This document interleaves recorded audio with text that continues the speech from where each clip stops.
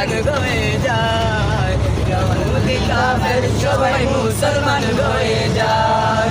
চাঁদকে দুটুকে করে আগুনের ইশারায়, ইহুদি কাফের সবাই মুসলমান হয়ে যায়, ইহুদি কাফের সবাই মুসলমান হয়ে যায়।